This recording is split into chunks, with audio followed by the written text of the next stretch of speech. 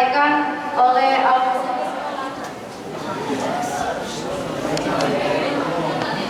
Terima kasih kepada Bapak Taufik Ramadan sudah memberikan masukan. Selanjutnya Maulidatul Hasanah yang akan disampaikan oleh Al-Mukarram Ustaz Bapak Abdul Hamid. Waktu dan tempat kami persilakan.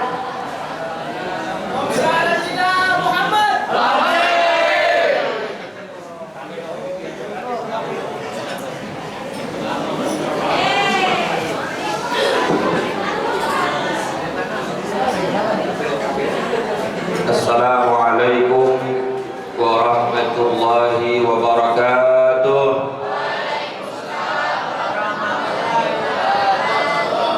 Bismillah walhamdulillah alladzi asra bi'abdihi laylan minal masjidil haram ilal masjidil aqsa alladzi barakna hawlahu. Wassalatu wassalamu ala man la nabiyya ba'dah Sayyidina wa habibina wa syafi'ina wa maulana Muhammad Miftah babi rahmatillah adada ma fi ilmillah salatan wa salaman daimaini bidawami mulkillah wa ala alihi wa ashabihi wa mawalah. Amma ba'du, hadratil mukarram wal muazzam yang saya muliakan, para alimil ulama, para tuan guru, wabil khusus kepada kepala SMK Al-Jihad Bapak Ustadz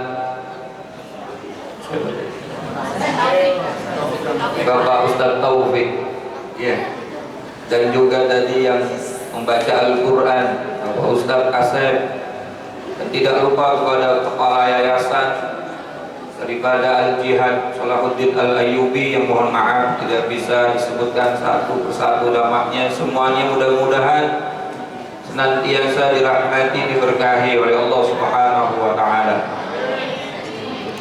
Pahlawan tanpa tanda jasa para dewan guru di SMK Al-Jihad dan seluruh guru-guru yang mengajar di Yayasan Al-Jihad, yang mudah-mudahan kita doakan semuanya sehat afiat, panjang umur dan barokah, serta para karyawan yang bekerja di Yayasan Al-Jihad ini juga mudah-mudahan semuanya mendapatkan keberkahan dari Allah Subhanahu wa taala, serta seluruh para hadirin, adik-adik guru yang hadir, mudah-mudahan semuanya yang hadir calon generasi penerus bangsa yang mudah-mudahan diberikan kesuksesan dan keberkahan oleh Allah dunia dan akhirat. Amin ya rabbal. Puja dan puji syukur kita mari sama-sama kita panjatkan kehadiratillahir rabbul ghafur. Pagi hari yang cerah ceria ini kita bisa kumpul bersama dalam acara peringatan Isra wal Mi'raj baginda Nabi besar Muhammad sallallahu alaihi wasallam, sekaligus silaturahim untuk tercapainya khairu ummah di era digitalisasi modern saat ini. Itu temanya. Maka kita mulai dulu dengan Isra wal Mi'raj, diawali oleh firman Allah Subhanahu wa taala surat Al-Isra, yang Allah berfirman, Bismillahirrahmanirrahim, Subhanalladzi asra bi'abdihi lailan minal masjidil haram ilal masjidil aqsa. Ayat ini diawali dengan kalimat subhana atau kalimat tasbih yang artinya maha suci Allah. Belum apa-apa, ayat ini sudah memberitahukan kepada kita umat Islam yang baca ayat ini tentang bagaimana hebatnya Allah dan maha sucinya Allah. Seolah-olah Allah ingin mengatakan kepada kita, sebelum kita baca cerita Isra wal Mi'raj, Kamu kenali dulu Tuhannya Muhammad yang memperjalankan Muhammad pada malam hari itu dalam peristiwa Isra wal Mi'raj. Kalau kita sudah kenal Allah yang Maha Kuasa, Allah yang Maha Besar, maka peristiwa apapun pasti kita akan yakini. Lebih dari Isra Mi'raj pun pasti kita akan yakin dan percaya. Makanya ayat ini diawali dengan subhana. Saat itu Rasulullah SAW diperjalankan oleh Allah dari Masjidil Haram ke Masjidil Aqsa. Masjidil Haram ada di kota suci Mekah, Masjidil Aqsa ada di Palestina. Saat itu belum ada Air King, belum ada, apalagi pesawat ya. Yang ada cuma kuda sama onta. Yang kalau orang berjalan normal dari Masjidil Haram ke Masjidil Aqsa itu bisa sampai waktu 1 bulan. Masjidil Haram naik kuda nih sampai ke Palestina, Masjidil Aqsa sampai waktu berapa? 1 bulan. Pulang lagi dari Al-Aqsa ke Al-Haram di Mekah 1 bulan. Bolak-balik 2 bulan. Tapi Nabi dalam sekejap mata sampai. Saat Nabi turun dari Mi'raj, cerita sama sebagian kaum muslim, orang Islam nggak percaya, apalagi orang kafir. Karena dipikir nggak mungkin ini yang namanya manusia bisa menempuh jarak waktu sesingkat itu. Tetapi kalau kita bicara ini yang mau Allah, ini kehendak Allah, seperti Sayyidina Abu Bakar, beliau bahkan percaya 100%, 1000%, bahkan jika keadaan itu lebih daripada yang diceritakan oleh baginda Nabi Muhammad Sallallahu Alaihi Wasallam. Artinya apa? Kalau sudah bicara Allah, maka tidak ada yang mustahil. Jangankan cuma Isra wal Mi'raj, langit bumi saja diciptakan oleh Allah dengan kalimat kun. Gak pakai ngundang arsitek, gak pakai beli material. Itu langit dan bumi dijadikan oleh Allah sekejap mata. Betul apa kagak?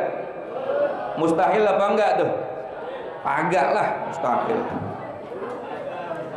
Kalau Allah yang berkehendak ada seorang nabi manusia, Allah ciptakan tanpa ada proses yang namanya pernikahan. Nabi Adam diciptakan kagak ada bapak, kagak ada emaknya. Betul apa kagak? Kalau Allah mau bisa apa kagak? Bisa. Inni ja'ilun fil ardi khalifah. Kata Allah kepada para malaikat, sesungguhnya aku akan menjadikan khalifah di permukaan bumi, yaitu Nabi Allah Adam alaihis salam. Jadi Nabi Adam tuh cuma diciptakan dari unsur tanah, kagak ada emaknya, kagak ada bapaknya, kagak nikah, kagak ada KUA-nya. Jadi Allah kepengen ada orang, ada emaknya tapi kagak ada bapaknya, tapi bisa hamil, padahal tuh wanita suci banget. Tiap hari dipingit sama Nabi Zakaria, ada di dalam mihrabnya Nabi Zakaria, dikunci pintunya, nggak bisa keluar malam mingguan, boro-boro. Nggak bisa itu yang namanya ditowel-towel sama laki-laki yang bukan mahram, boro-boro ditowel. Ngelihat wajahnya saja tidak pernah, yakni Siti Maryam. Tapi Allah punya kuasa, Allah pengen Siti Maryam yang suci dititipkan oleh Allah ruh yang suci di dalam rahimnya. Maka Siti Maryam kagak punya laki bisa hamil. Allah tiupkan ruhnya Nabi Allah Isa ke dalam rahimnya ibunda Maryam. Siti Maryam orang suci, nggak pernah kemana-mana, bisa hamil. Allah mau, gampang. Orang Priuk banyak yang ikut-ikutan Siti Maryam. Lakinya kagak ada. Masya Allah, korban uka-uka gara-gara pada pacaran di waduk.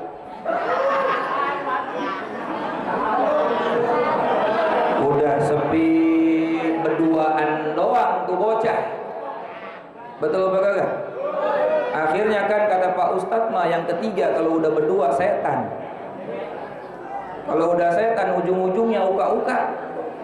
AA uka aju, Dede uka anak, akhirnya uka-uka tuh. Masya Allah, kan suwek banget kayak begituan. Kalau Siti Maryam wanita suci, Allah Subhanahu wa Ta'ala yang meniupkan rohnya kepada beliau sehingga lahirlah Nabi Allah Isa. Lah, kalau orang-orang yang maksiat bukan orang suci, tetapi dimurkai oleh Allah Subhanahu wa Ta'ala. Hadirin adik-adikku yang dirahmati Allah, saya mengawali ini supaya kita melihat segala sesuatu yang terjadi. Kalau sudah yang mau itu adalah kehendak Allah, tidak ada yang sekarang Anda masih SMK di Al-Jihad. Satu ketika Allah ingin rubah nasib Anda semua yang hadir nih, anak-anak SMK Al-Jihad, ada yang jadi pengusaha, ada yang jadi pejabat, bisa nggak kira-kira? Nggak ada yang mustahil.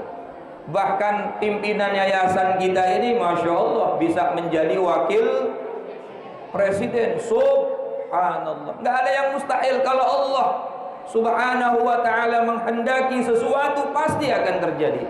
Innama amruhu idza arada syai'an ayyaqula lahu kun fayakun. Kalau Allah berkehendak, Allah cukup katakan jadi, maka jadilah. Apalagi cuma peristiwa Isra wal, harus kita ketahui, Isra wal Mi'raj itu bukan dilakukan dalam waktu satu malam, kelamaan satu malam mah. Tapi Al-Imam Jalil Abdurrahman Ad-Daibai beliau berkata dalam kitab Maulid Tiba'nya, "Tsumma 'arudduhu minal 'arsy qabla an yabrudal farsh." Nabi Muhammad itu dikembalikan dari arsy-Nya Allah Subhanahu wa Ta'ala ke tempat kembali beliau pertama Isra, yaitu di Hijr Ismail, dibalikin dari arsy itu sebelum tempat duduknya dingin. Kita ini kalau lagi duduk begini anget apa kagak? Anget ya? Berarti ente banyak anaknya ntar. Kita kalau duduk, kalau tidur pasti tempat kita bekas duduk dan bekas tidur kita anget. Nabi Muhammad kembali dari arsy-Nya Allah itu tempat duduknya masih hangat, belum dingin. Berarti cepat sekali itu waktunya. Efeknya matiin aja, dibikin suara biasa aja deh biar suaranya jelas. Ya, dingin, belum dingin tuh yang namanya tempat duduknya Rasulullah SAW. Walhasil itu waktu cuma sekejap mata. Makanya para ulama mengatakan bahwa Nabi Muhammad Shallallahu Alaihi Wasallam saat Isra wal Mi'raj itu melewati 3 dimensi. Yang pertama dimensi nasut, yang kedua dimensi malakut, yang ketiga dimensi lahut. Nasut adalah dimensi indrawi. Dari Masjidil Haram ke Masjidil Aqsa ini masih bisa dijangkau oleh manusia karena masih ada di bumi. Dari Al-Aqsa naik langit 1, 2, 3 sampai ke 7 itu namanya dimensi malakut. Manusia manapun gak bisa sampai ke atas langit. Amerika dengan NASA-nya, NASA itu adalah apa namanya astronot, ya gitu dah pokoknya gampangnya ya. NASA itu adalah satu apa namanya departemen lembaga antariksa yang ngurusin tentang bagaimana perkembangan luar angkasa. Amerika dengan NASA-nya belum sampai itu ke yang namanya ujungnya langit pertama, bahkan paling banter ke Mars, paling banter cuma ke bulan, itu juga masih diperdebatkan. Ujungnya langit pertama belum ada yang tahu, belum langit kedua, apalagi sampai langit ketujuh, karena ini wilayahnya para malaikat, manusia nggak bisa. Tapi Rasulullah tembus sampai akhirnya Nabi ila ufuqil a'la, di atas tempat yang tertinggi, yang malaikat Jibril pun tidak sampai ke sana. Jibril diem tuh, kagak bisa nerusin perjalanan sama baginda Nabi Muhammad SAW, sehingga Rasulullah Mi'raj sendiri. Jibril tidak sanggup untuk ngikut. Nah, ini 3 dimensi, nasut, malakut, lahut, dilakukan oleh baginda sendiri. merupakan sebuah peristiwa yang sangat amat luar biasa yang hanya dilakukan sekejap mata. Jika hati kita dan jiwa kita ada iman kepada Allah, yakin kepada Allah yang maha kuasa atas segalanya, peristiwa lebih dari Isra Mi'raj pun kita bakal percaya. Betul apa kagak? Tapi kalau kagak ada iman, ya pasti kita ragu-ragu. Sementara ulama sepakat, siapa orang yang ragu-ragu terhadap peristiwa Isra wal Mi'raj, maka dia dikatakan murtad, keluar dari agama Islam. Maka di sini kita wajib punya iman, apalagi menghadapi zaman digitalisasi modern. Bangun tidur lihat HP, lagi ngaji main HP, sholat aja sambil nonton HP. Kalau nggak punya iman, rusak kita. Dirusak generasi Islam itu dengan 3. Yang pertama fun, yang kedua fashion, yang ketiga food, 3F. Yang pertama hiburan. Coba lihat hiburan di TV, hiburan di handphone, semuanya hiburannya tentang maksiat. Betul apa kagak? Kadang-kadang kita lagi lihat ceramah di YouTube, tiba-tiba nongol iklan TikTok. Betul ya? Ada orang pakai baju kekurangan bahan, dia pakai tank top doang. Nah ini kan namanya kita diserang dengan yang namanya hiburan. Apalagi anak-anak kita sekarang, Masya Allah, dia udah nggak kenal lagi tuh tuanku Imam Bonjol, Patimura, siapa lagi tuh, Cut Nyadin, dan lain sebagainya. Yang dia kenal BTS, Super Junior. Dijajah kita, dihabiskan kita dengan yang namanya hiburan-hiburan di era digital ini. Kalau nggak punya iman, nggak ada filter, akhirnya anak muda yang dicontoh bukan orang-orang saleh, tapi yang dicontoh adalah artis-artis idola mereka. Betul apa kagak? Lah orang Korea mah putih-putih, cakep-cakep, pakai anting, laki juga ganteng lah kita. Betul apa kagak? Dia pengen putih, akhirnya hampir formalin dia luluhin di sini. Kagak bisa operasi plastik. Ini gara-gara termakan dengan hiburan yang tidak ada filter dalam hati kita. Alhamdulillah SMK Al Jihad, meskipun sekolahnya SMK, tetapi ada dalam yayasan Al Jihad yang insya Allah nuansanya Islami. Insya Allah. Lalu yang kedua, kita itu dijajah oleh fashion. Apa? Pakaian. Betul nggak? Anak-anak Islam sekarang pakaiannya bagaimana itu? Wah, kemana-mana pakai celananya wahai. Ntar malam minggu nih dijemput sama pacarnya, dia naik Mio pakai celana wahai. Kalau Hawaii di bawah dengkul Hawaii, kalau wahai di atasnya. Padahal bapaknya haji, maknya haji. Dia naik Mio-nya, Masya Allah, ya Allah. Yang laki juga nyari kesempatan dalam kesempitan, nyari gang yang banyak polisi tidurnya, dikit-dikit ngerem. Anak-anak SMK Al Jihad kalau dijemput sama laki model begitu, lu bawa triplek di belakang. Ya, bukan mahram, bukan muhrim, jauh-jauhan dikit. Masya Allah. Kalau begini kan cakep nih, pakai jilbab, ketutup aurat, Masya Allah. Ya Rabbana ya Karim. Akhir zaman, kalau kita nggak punya iman, nggak ada pendidikan, akhirnya generasi kita rusak dengan fashion. Ada yang pakai jilbab tapi Masya Allah, kata Nabi, kasiatil ariyat, dia pakai baju tapi kayak telanjang, pakainya ketat banget. Ya Allah, itu yang namanya balonnya kemana-mana. Kenapa kalian tawa lu balon? Kalau hal ini tidak difilter dengan iman, kita nggak tahu yang namanya akidah, kita nggak tahu yang namanya syariat agama, maka akan hancurlah generasi kita dengan hal-hal semacam itu. Tapi kalau punya iman, yang namanya ujian, cobaan, modernisasi zaman, kita nggak bisa cegah, betul nggak? Hari ini yang namanya informasi di Ukraina sama Rusia lagi ribut, dengan gampangnya bisa kita akses di YouTube. Itu kita nggak bisa cegah.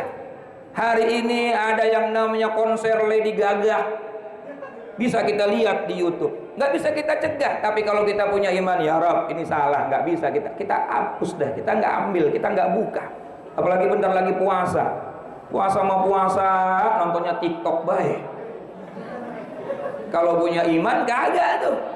Saya takut puasa saya hanya dapat lapar sama haus doang. Maka pendidikan itu harusnya bisa mempertebal keyakinan orang yang dididiknya kepada agama dan kepada Tuhannya, sehingga itu akan menjadi filter yang paling luar biasa efeknya dalam menghadapi digitalisasi modern. Betul apa kagak? Dulu orang tua kita, zaman saya, orang tua saya bisa kontrol saya nonton apa, saya pergi sama siapa, apa yang saya baca bisa dikontrol. Kenapa? Karena anak-anak dulu kalau pengen nonton film paling cuma di TV. Orang tua udah pegang remote-nya, Pak, netron mulu lu, nggak boleh sama orang tua kita. Betul apa kagak? Tapi anak sekarang TV-nya maka gak pernah disetel, yang dilihat HP. Sorry bang jago, ampun bang jago, bajunya kagak beres. Akhirnya akan membentuk karakter orang yang melihatnya, akhlak akan hilang. Betul gak? Masya Allah, apa yang dilihat, apa yang didengar itu secara tidak langsung akan mempengaruhi kepada diri Anda. Adik-adikku yang dirahmati Allah, kalau yang dilihatnya baik, yang dilihatnya bagus, maka insya Allah akan membuat karakter kita menjadi anak-anak yang baik. Ceramah orang-orang ahlus sunnah wal jamaah, ulama-ulama nahdlatul ulama dan lain sebagainya, insya Allah karakter kita bagus. Tapi ketika kita melihat sesuatu yang tidak bagus, yang tidak baik, apalagi Masya Allah yang pengaruhnya negatif dalam iman, akidah dan akhlak kita, coba lihat. Makanya tadi setuju saya sama Pak Kepala Sekolah, jangan kelamaan daring deh. Akhirnya ilmunya dapat tapi akhlaknya nggak dapat. Betul nggak? Karena yang namanya ilmu, dalam kitab Kifayatul Azkiya, ilmu itu bisa diserap dan bisa bermanfaat, akan berbuah menjadi amal, amal akan berbuah menjadi hikmah, hikmah akan berbuah menjadi sifat-sifat mulia dalam diri orang yang mengerjakannya, apabila ilmu yang didapatkannya didasari dengan adab, dengan akhlak. Habib Munzir bin Fuad al-Musawa, beliau pesantren di Tarim, Yaman, Hadrul Maut sama Habib Umar bin Hafid. Lamanya bukan di majelis, lamanya bukan di kelas, tapi lamanya di dapur, khidmah sama gurunya. Gak berani mandang gurunya dengan mata yang melotot, apalagi lewat di depan gurunya dengan, kalau bahasa anak sekarang, selonong boy. Tapi coba pulang ke Indonesia, manfaat luar biasa. Begitu banyak umat yang mengikuti akhlaknya beliau. Karena apa? Barokahnya adab, barokahnya akhlak. Kalau kita jalan ke pesantren di Jawa Timur, kebetulan saya pesantren di Jombang.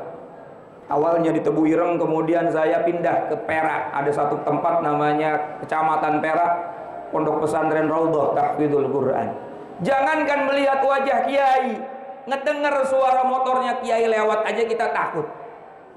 Saking adab dan akhlak yang pertama kali diperhatikan, sehingga keluar dari pesantren ilmunya sedikit tapi manfaatnya banyak. Maka coba, bukan cuma yang kita cari ilmu pengetahuan, bukan cuma yang kita cari lulus ujian, bukan cuma yang kita cari nilai-nilai yang besar, tetapi ada akhlak dan ada adab yang kita tunjukkan kepada guru-guru kita, sehingga guru-guru kita merasa senang, merasa ridho kepada kita. Kalau sudah senang, kalau sudah ridho, walaupun kita nggak pinter-pinter amat, insya Allah dapat tuh yang namanya barokah Orang sekarang kan sampai S1, S2, S3, S-teler, ya, akhirnya berkah ilmunya nggak ada. Karena saat mengambil ilmu sama guru tidak punya akhlak dan tidak punya adab. Kira-kira bisa dipahami apakah enggak nih? Maka modal untuk menghadapi era digitalisasi modern, agar kita menjadi yang namanya ummah Apa tuh? Khairu ummah, sebaik-baiknya ummah. Awali semua itu dengan adab, dengan akhlak. Hadratus Syekh Hasyim Asy'ari menulis satu buku yang namanya Adabut Ta'lim wal Muta'allim. Adabnya orang yang belajar dan mengajar. Yang udah lama sebelum Hadratus Syekh buka kitab tersebut, ada kitab yang sangat fenomenal, ada kitab Ta'lim, Muta'allim. Semua pesantren sebelum ngaji kitab-kitab yang besar dikaji dulu tuh kitab tersebut. Karena apa? Ilmu yang didapat dari seorang guru, prosesnya tanpa ada adab, maka tidak akan menghasilkan apa-apa. Keberkahannya jauh dari Allah Subhanahu wa ta'ala. Ya Allah ya Karim, maka mudah-mudahan nih SMK Al-Jihad menghasilkan anak didik yang punya adab dan akhlak, yang bisa nyenengin orang tua minimal. Oke, kita belum bisa menyenangkan orang tua dengan prestasi pelajaran kita, belum bisa menyenangkan orang tua dengan gaji kita yang kurang banyak misalnya kalau kita udah lulus nih, tapi minimal kita nyenengin orang tua itu dengan akhlak. Betul apa enggak? Lewat di depan orang tua permisi. Sekarang kita lihat udah gak ada tuh bocah kayak begitu. Bahkan orang tuanya lagi nonton bola di depan TV, palanya dilangkahin. Ya Allah, anak sambar geledek banget itu. Cium tangan bapak emaknya di jidat, ada yang di pipi. Betul apa enggak? Lama-lama di pantat. Itu karena apa? Ngelihat dari apa yang dilihat. Artis-artis pada cium tangannya di jidat, kita malah ikut-ikutan. Dulu kita diajarin yang namanya cium tangan itu di punggung tangan. Ini namanya takzim. Perhatikan, ini pelajaran nih. Namanya apa? Takzim. Takzim itu apa artinya? Mengagungkan. Tetapi tidak cukup para santri mencium tangan gurunya dengan takzim saja. Mereka cium tangan gurunya di balik daripada telapak tangannya. Kalau kata kitab Ta'lim Muta'allim, di sini adalah tabarruk. Apa namanya? Tabarruk itu ngambil barokah. Kalau di sini namanya menghormati, kalau di sini namanya ngambil berkah. Orang tua kita kerja pakai telapak tangan. Ada yang ojek pakai telapak, ibu kita masak pakai telapak, ibu kita nyuci pakai telapak, ibu kita nyapu pakai telapak, bahkan ibu kita gendong kita pakai telapak. Di sini banyak pengorbanan buat Anda semua. Maka jika ingin mendapatkan keberkahan orang tua, cium tangannya di punggungnya dan ambil barokahnya di telapak tangannya. Ada anak sekarang cium tangan kayak gitu. Agak giliran ngebik bokinnya aja. Sambar geledek loh. Emaknya nyuruh beli minyak sayur kagak didengerin, muak cerewet amat. Giliran ayang bebnya WA, ayang jemput ayang ya. Najong belum apa-apa manggilnya udah mami, papi, abi, umi, suwe banget dah.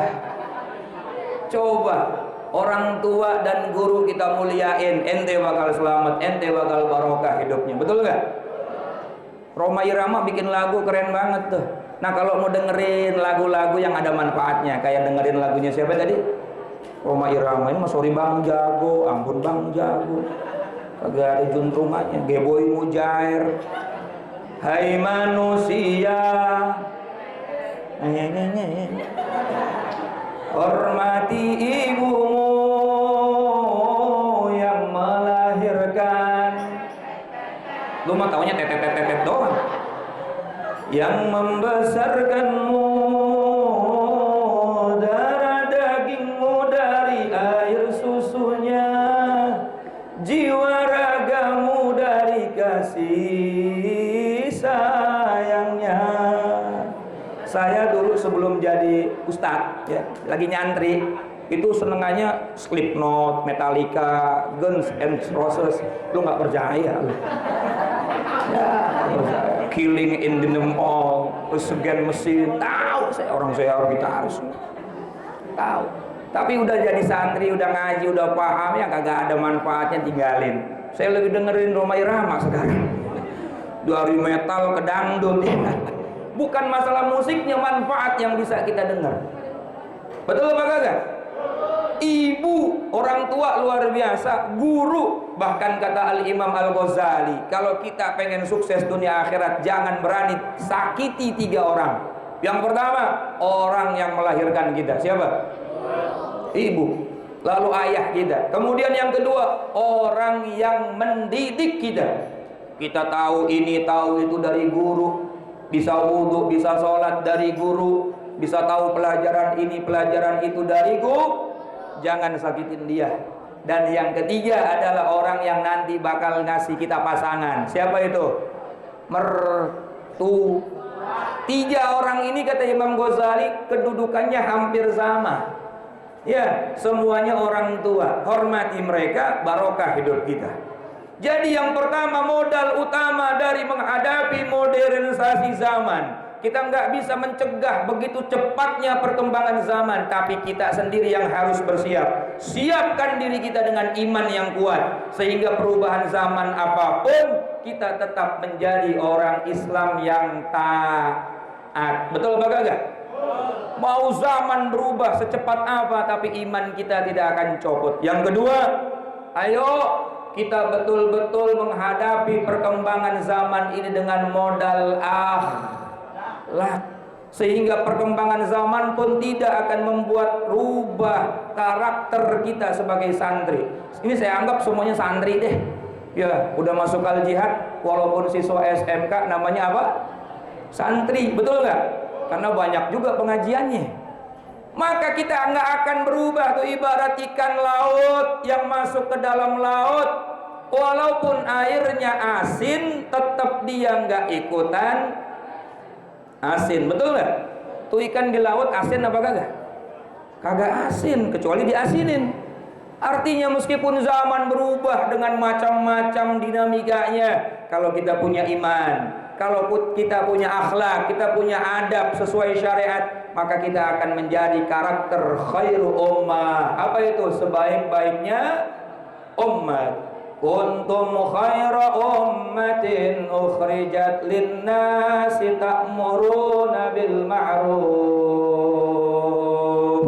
wa tanhauna 'anil munkar.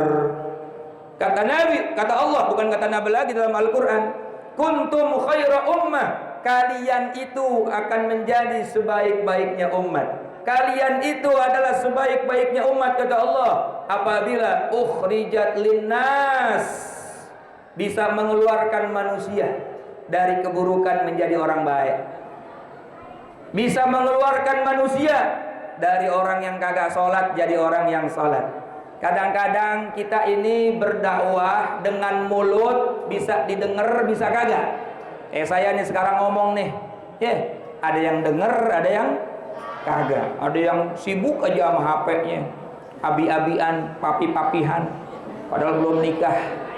Tapi ada dakwah yang begitu sangat amat luar biasa, bisa membuat orang terpikat dan terpesona apabila kita melakukannya dengan hal, dengan perbuatan, dengan akhlak, dengan adab. Kita melakukan atau hidup di kehidupan sehari-hari kita dengan cara yang baik, orang melihat kita cakep amat tuh bocah, udah pakai jilbab, mukanya cakep, orangnya sopan, santun, akhirnya dia punya fans-fansnya jadi ngikut daripada apa yang menjadi karakternya. Orang tua juga begitu di rumah. Kadang-kadang nyuruh anaknya sholat, susahnya minta ampun karena bapak emaknya kagak sholat.